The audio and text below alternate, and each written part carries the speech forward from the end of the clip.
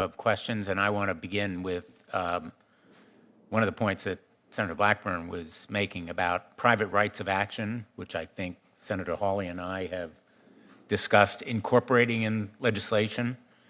In many instances, let's be very blunt, agencies become captive of the industries they're supposed to regulate.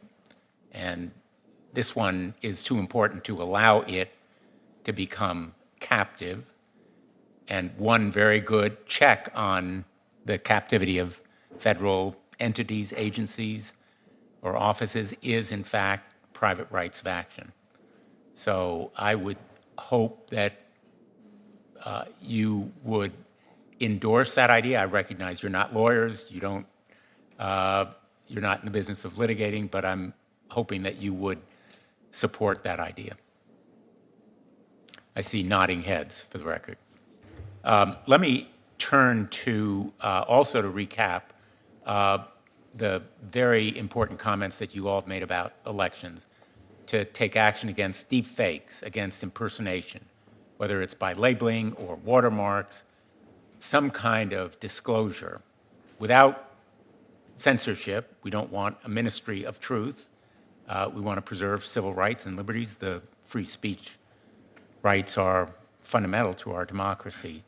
But the kinds of manipulation that can take place in an election, including interfering with vote counts, misdirection to election officials about what's happening, presents a very dangerous specter. Superhuman AI. Superhuman AI. I think all of you agree we're not decades away, we're perhaps just a couple of years away. And you describe it, well, all of you do, in terms of the biologic effects, the development of viruses, pandemics, toxic chemicals. But superhuman AI evokes for me artificial intelligence that could, on its own, develop a pandemic virus. On its own, decide Joe Biden shouldn't be our next president. On its own, decide that the water supply of Washington, D.C. should be contaminated with some kind of chemical and have the knowledge to do it through public utility systems. And I think that argues for the urgency, and these are not sort of science fiction anymore. You describe them in your testimony. Others have done it as well. So I think your warning to us has really graphic content, and it ought to give us impetus with that kind of urgency to develop an entity that can not only establish standards and rules, but also research on countermeasures that detect those misdirections, whether they're the result of malign actors or mistakes by AI or malign operation of AI itself. Do you think those countermeasures are within our reach as human beings, and is that a function for an entity like this one to develop? Yes, I mean, I think this is one of the core things that, whether it's the bio risks from models that, I kind of stated in testimony, are likely to come in 2 to 3 years, or the risks from truly autonomous models, which I think are more than that, but might not be a whole lot more than that. I think this idea of being able to even measure that the risk is there is really the critical thing. If we can't measure, then we can put in place all of these regulatory apparatus, but it'll all be a rubber stamp. And so, funding for the measurement apparatus and the enforcement apparatus working in concert is really going to be central here. I mean, our suggestion was NIST and the National AI Research Cloud, which can help kind of allow a wider range of researchers to study these risks and develop countermeasures. So I think that that seems like a very important measure. I'm worried about our ability to do this in time, but we have to try and we have to put in all the effort that we can. Mr. Bengio? Yes, I completely agree. About the timeline, there's a lot of uncertainty. So as I wrote in my testimony, it could be a few years, but it could also be a couple of decades, because research is impossible to predict. But if we follow the trend, it's very concerning. And regulation, liability, they will help a lot. My calculations is, we could reduce the probability of a rogue AI showing up by maybe a factor of 100 if we do the right things in terms of regulation. So it's really worth it. But it's not going to bring those risks to zero, and especially for bad actors that don't follow the rules anyways.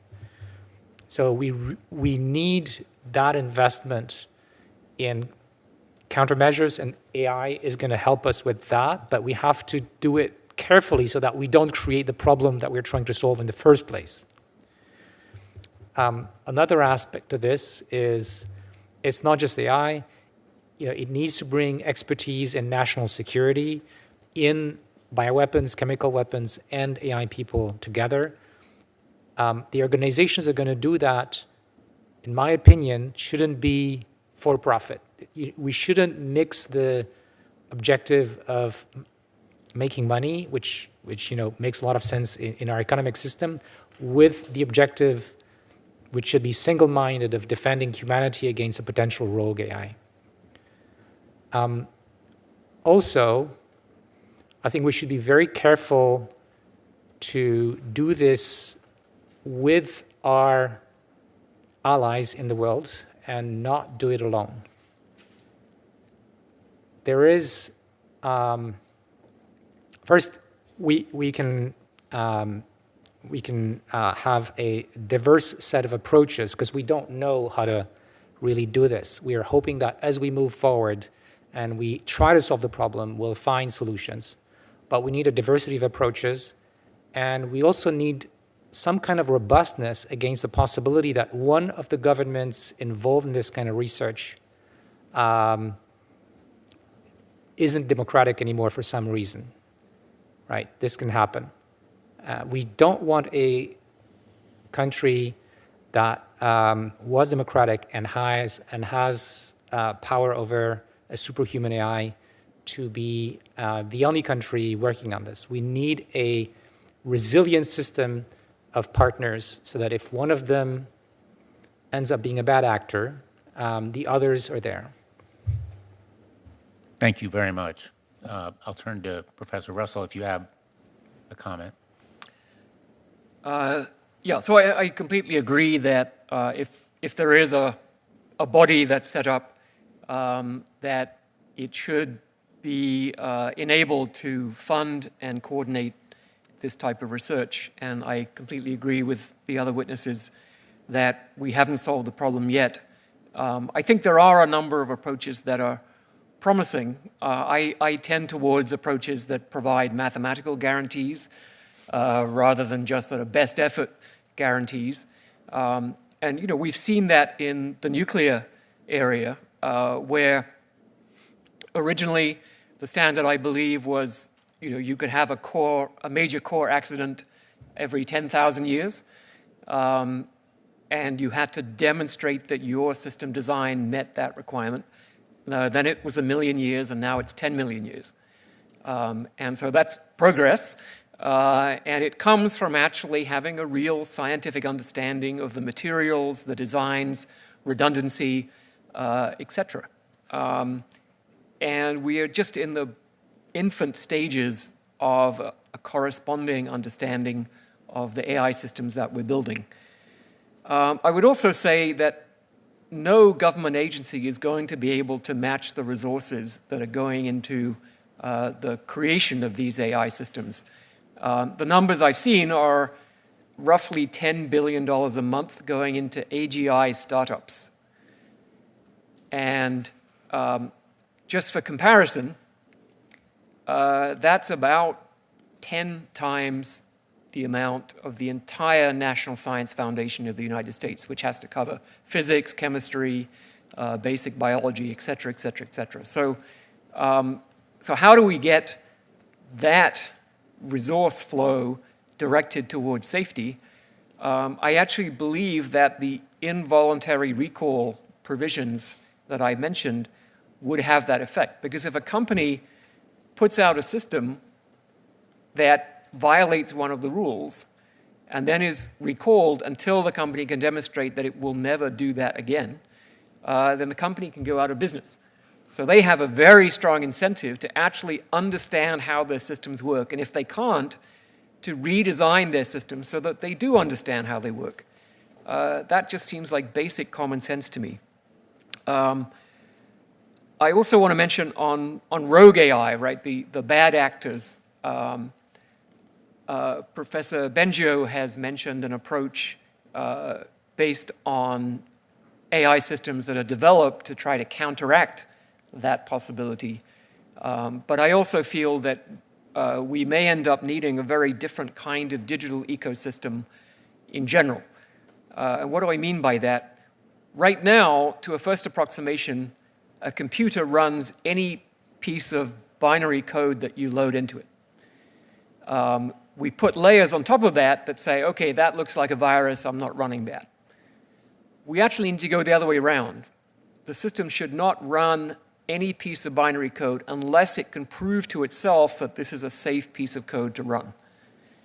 So it's sort of flipping the notion of permission. And with that approach, I think we could actually have a chance of preventing bad actors from being able to circumvent these controls, because for them to develop their own hardware resources is into the tens or hundreds of billions of dollars. And so that's an approach I would recommend. I have more questions, but I'm going to turn to Senator Hawley.